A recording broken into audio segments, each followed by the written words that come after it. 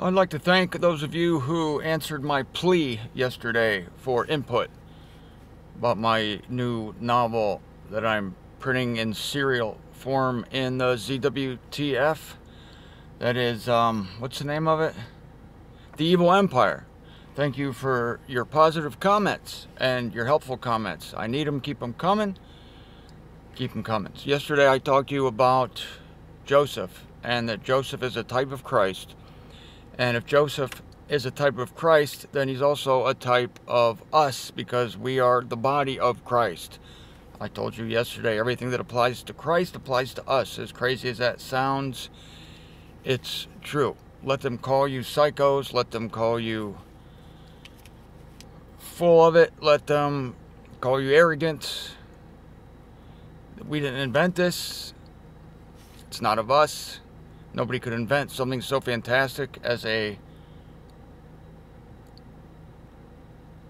handful of human beings plucked from the earth to be taken into outer space without a spacesuit or a rocket ship, and to be taken beyond outer space, because as you know, outer space, what you see up there, is just a welcome mat of the celestial world. Eye has not seen nor ear has heard what God has for us. So what you see is not what you get. I know people who have looked up at the stars and the black night of, and well, I don't. Why would I want to go up there? That's not it. Okay. If there are sovereignties and authorities and world mights among the celestials, if there are angels, if there are all these ranks of beings, then they are obviously organized powers. They obviously God has given them rank, and so they have kingdoms. There are 24 elders spoken of in the book of Revelation. Ancient ones, that's the meaning of that word in the Greek, that title. The elders, they're spiritual beings. They're at the throne of God. There are 4 animals. It's another form of spiritual being. Ezekiel saw the cherubim. So, do you see any of that when you look up at the sky at night? No? Alright then. You can't get any judgment of this from what you see. Now, here's what will give you a judgment of this. If you want to know what you have to look forward to, it's Joseph. We are in phase 2 of the Joseph account. Phase 1 is the excitement you receive, the emotional happiness, the anticipation, the discovery of the truth. When you first came onto this truth, wasn't it a great thing? I've told you many times of when I received my giant box from the Concordant Publishing Concern in 1986. I think it was $210 back then. I wrote them and I said, give me one of everything. It's kind of like ordering a pizza. Just say, put everything on it. I said, give me one of everything. They said, well, you give us $210. I said, fair enough. I sent them $210, and the giant box came. It was like Christmas morning. It was so exciting. And that's the early phase. It's just like a race, too. I mean, I've run marathons, and many of you have run races. It doesn't matter how long it is, really. But at the beginning of the race, you're all excited. Yes, oh yes. You feel fresh, you feel good. You've waited for this day, you've trained for it, now here it is. You take off like a gazelle. Somewhere in the middle of the race, I'll talk about the marathon now. Wonder, why did I enter this? Well, then you get to hit the wall in a marathon. It's 26 miles, 385 yards. You hit the wall around 21 mile mark. That's where the body runs out of glycogen. And the muscles start to cramp up, and the body just says, no mas. But no, you say, no, we're going 6 more miles. That's the crisis point. So phase 2 is the crisis point. And in our walks, that is when we tried to share the truth with our friends and loved ones. Joseph experienced this, and Jesus Christ experienced it. And they mocked him for all the great things. that these men of God were seeing. Joseph, 17 years old, still a man of God. Great things that he saw. God gave him dreams of glory where his brothers and his father would be bowing down to him. How about that? Worshiping him, bowing down to him. And they ended up doing it. This is the sequel. I'm going to get to that. Today. But before the sequel, you have this in the marathons hitting the wall. For Joseph, it was being mocked by his brothers and sold into slavery. For Jesus Christ, it was being turned in by his own disciple and beginning his agony. That's all corresponds to this middle part. And we're in that now. We're slogging through. Some of you maybe, if you're just listening to this, you might still be in phase 1. That's okay. Listen. If you're listening to me now, and if you're just seeing this stuff and you're excited, don't let me intimidate you with any of this talk. Because listen, you are blessed. Why? You're in the fast lane. I see it. It's happening all the time. You're in the fast lane. There's not that much time left. So God's not going to spend years developing you. If he has years, he might spend years developing you. But there are not many years left. 10 years, I believe. This is my conviction based on certain facts in the scriptures, that there's the kingdom's coming in 10 years from now. And this is 2018 as I speak. July. In fact, it's the 4th of July, isn't it? Yeah. So, he doesn't have 60 years to train you. So you're going to get it quick. You're going to learn something in 5 minutes that it took me 5 years to get. That's great. I'm happy about it. But you're still going to go through your midlife crisis in faith. You're going to have your times. It doesn't mean you have to have... There's no time thing here. I'm giving you the time frame of Joseph, that his middle ages, his midlife crisis, him hitting the wall lasted 27 years. Jesus Christ, 3.5 years. Okay? Many of you, longer than that. But it's not the quantity of the time, it's the quality of the time. It's the quality of the pressure, the quality of the stress, the quality of the trial. At the end of the day, are quality trials God's giving you. It's all related to your walk. Don't think that, it's unrelated. That if you bang your head on the cupboard door, don't think that's unrelated to your walk. No, it's not. Satan's trying to discourage you, trying to make you feel like an idiot, trying to make you feel like, why did God ever call me? Doubt your calling, doubt everything about yourself. You think you're stupid. You think that you can't do anything right. Yeah, all right, that's fine. You have to walk by faith, not perception here. Okay? So, if you're new to this, don't worry. You don't have to orchestrate your own trials. God will bring it to you. But you might be in a compacted thing. Whereas some people might have that beginning, go through 30 years of roughness, and then your 30 years of trial of hitting the wall might be 3 weeks. Great. But your 3 weeks might be harder than my 3 years. It might be. You may have a hell of a bad 3 weeks. It's quantity, not quality. Okay. So the sequel. The sequel is gorgeous. The sequel is beautiful. The dream comes true. And I told you look up at the sky now, you don't see anything of what we're coming into, okay? But you just have little hints. So Paul puts the stars out as an example. Doesn't mean we're all going to look like stars. No, it's an example of there's different kinds of celestial bodies, all right? So Joseph goes to Egypt and he makes friends. He gets sold. He doesn't go to Egypt, doesn't decide to take a vacation to Egypt. No, it's a forced vacation. He goes into servitude. He goes in as a slave. But God is with him. And remember that through your trial, God is with you. Always, God is with you. Even if you think he's not, he is. Jesus Christ himself started to wonder about it. My God, why have you forsaken me? Even Jesus Christ himself. That was an extreme place he went to. But it's all relative, people. It's all relative. So, don't downplay your trials. Well, at least I'm not getting crucified. Quit talking like that. That's true. But sometimes I think, well, at least if you're crucified, you're going to die soon. That's, to me, an advantage. I've been known to say, I'll repeat it here. I don't know if you've heard me say this, but You know, I've been known to say that life is too long, not too short. And I have said that my theory is that everybody should be shot in the head at age 33. Why should we live any longer than Jesus Christ? But it's quality, not quantity.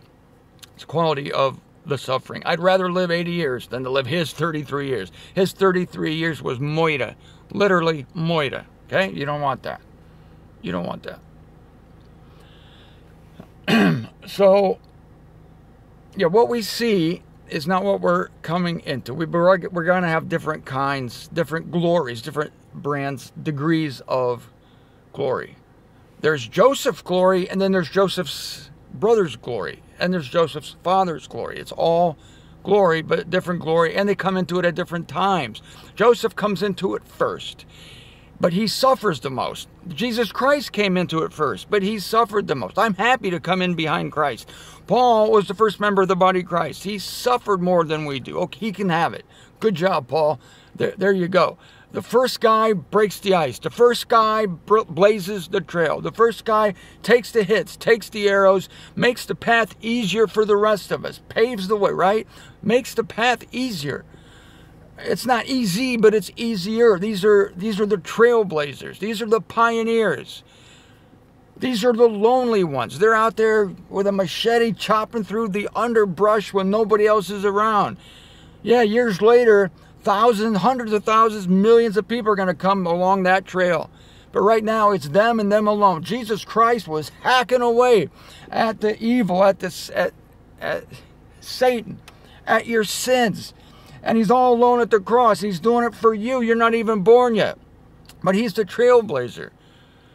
He's got 6 hours on the cross. You want to trade anything you have with that? You want to trade your 6 years of a back problem with 6 hours on the cross? I don't think you want to do that. No, you don't want to do that. So he's suffering on the cross for you and for me, and we're not even there. We're not even born yet. When we are born, we're little babies. All we care about is mommy, daddy, food, nap, whatever. And you don't realize that you have a giant hole in your life and you need something badly. You need God. You're aching for something that nothing can fill. You find that out as you go through life. And then you find out that Jesus Christ took care of it back before you were even born. He was all alone doing it. He was all alone doing it. And there's Joseph. All alone, sold by himself, without his brothers, without his father. His rat pack brothers told his father that he was dead. Unbelievable evil, those sons of bitches. I just can't stand those. Anyway, tell you what, I want to cuss so bad. You would not believe it. I won't believe how bad I want to cuss right now. So Joseph's all alone. And he blazes the trail. He goes there, 27 years, goes to Egypt, makes friends. God gives him some acquaintances in jail, the baker and the cup bearer. And he ends up, by circumstances, propitious circumstances mixed in with pure hell, he gets to Pharaoh, and Pharaoh sees that he's a great one. And Pharaoh has a dream, of course. Pharaoh has the epic dream of all dreams. And it has to do with the lean cows, or the fat cows and the lean cows. There's only one man who can interpret the dream, and the baker is the cupbearer. Remembers, there was this guy in jail that told me my dream. I wonder if he can tell you your dream. Who is it? Joseph. All right, bring him up. So Joseph interprets this epic dream of Pharaoh. About 10 years of plenty, and whatever, 10 years is it? 5, 12, I forget what it is. So many years of plenty, so many years of famine. We have to save up the grain. Remember, Joseph, do I have to review this for you? Okay, I will. I'll review it for myself. You know, Pharaoh has a dream of the fat cows. That's probably where we get the saying fat cow. That guy's a real fat cow. Did we say fat cow? Is it fat cat? I thought it was a fat cow. Anyway, Joseph interprets it.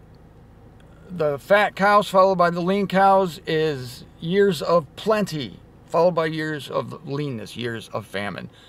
Pharaoh said, well, what are we supposed to do? All of a sudden, now the king of Egypt is asking this former slave what to do. Joseph, because God is on him, because God has never left him. And God has never left you. Never left you. Never left you. I don't care what you're going through now. I don't care what you're going through now. I mean, I do care, but in relation to God leaving you, it doesn't matter.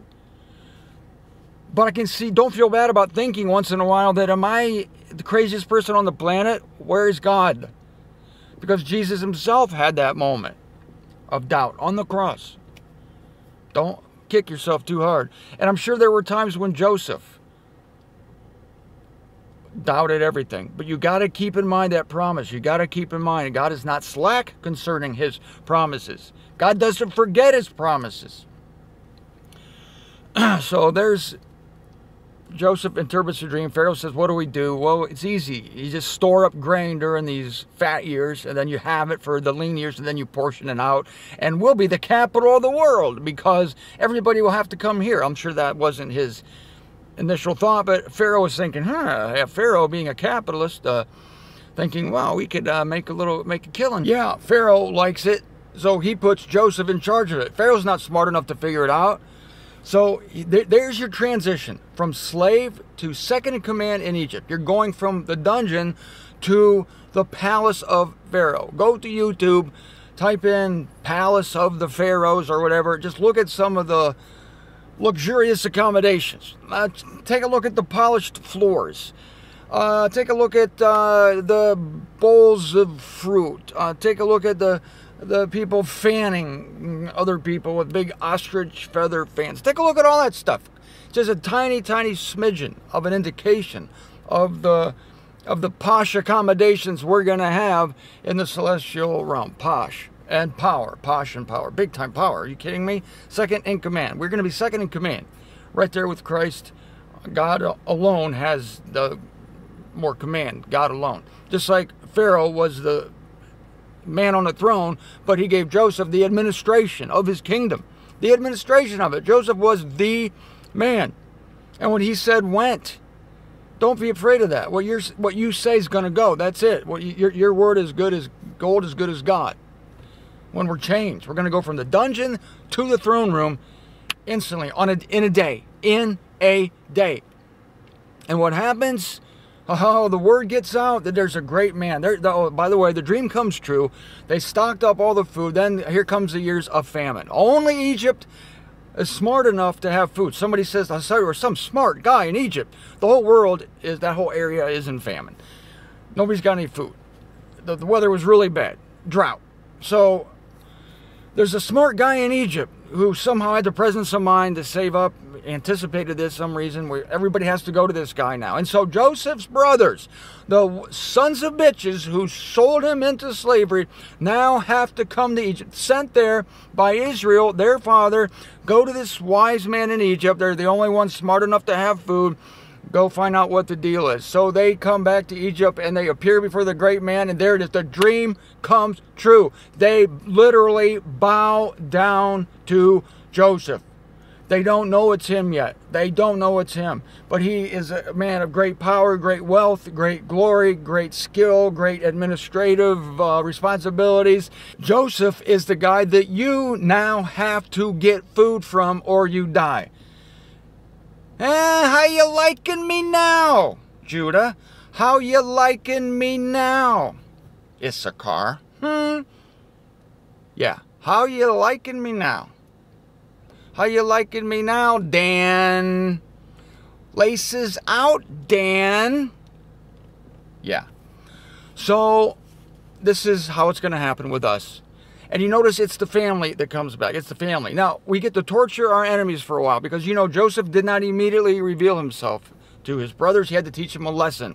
So he sends them away with the food, but then he puts his cup in there, sneaks it in there, has his soldiers chase them down, arrest them, bring them back, scares the crap out of them. They're all pooping their pants over this. Believe me, he tortures them for months. Then he keeps the youngest one, Benjamin, which his dad said, whatever you do, don't take Benjamin. I'm sorry, the wise man wants Benjamin. You read it, Genesis 37 through 50. He really vexes them. Doesn't just reveal himself right away. He vexes their souls to teach them a lesson. This is the judgment of God. We believe in the judgment of God. This is going to happen. We're going to execute it. Yes, we're going to vex our enemies for a while. There's going to be a coming to a knowledge of the truth. It's going to take some weeping, some gnashing of teeth and all that. But it's going to happen. And we're going to be the administrators of it. And then we're going to reveal ourselves. And they're going to go, oh my God, it's you. They might realize it right away. I don't know. And they're going to bow down and worship us. You have to accept it. Sorry. Don't give me any of this. I'm too humble to quiet with that. Stop it. Stop it. They're going to bow down and worship you. Joseph didn't stop them, right? It's honor to whom honor is due, tribute to whom tribute is due. It's not you anyway, it's God. You know, come on. Yeah, it's God's spirit in you. It's the spirit of Christ in you. That's what beings, or your former enemies will be worshiping. The wisdom of God in you. You got to let them do it. It feels good to worship somebody else. It feels good. Don't screw it up for them or for yourself. So this is a picture, and then they're restored. Yes, Joseph. He says they're afraid. His brothers, when they realize it's Joseph, they go, "Oh God, we're shit for luck now. We're doomed. He's going to kill us because of what we did to him." But then now we see the forgiveness. Now we see the love, which was there all along. They just had to learn a lesson or two. Now comes the forgiveness and the reconciliation. That's what we're going to do. We're going to embrace our enemies and weep over them like Joseph did. He wept, had a great feast for them. Bring them in. Bring my father in. Bring your whole families. Pharaoh was like, woohoo, this is awesome. Joseph's got a family. What? Bring them all in. Bring them all in. We'll have a giant family picnic. And that's what they did. That's what we're going to have. We're going to have a giant family picnic. But we're the ones going through it first. That's the hell of the thing now. They're all thinking we're lost, we're gone, we're stupid. We're just like, just wait, just wait, just wait. You're going to be crawling back here. You're going to be loving me later. And they will be. They'll be loving you later. But you have to have the patience of Joseph, the patience of Christ. All those people who slapped Christ around, they're going to be coming back. Yeah. Thinking he's going to kill him, crush him. But no, he loves them. He died for them. And so there's this great restoration. Yes, that's what we have to look forward to. No, wait a minute. That's what they have to look forward to.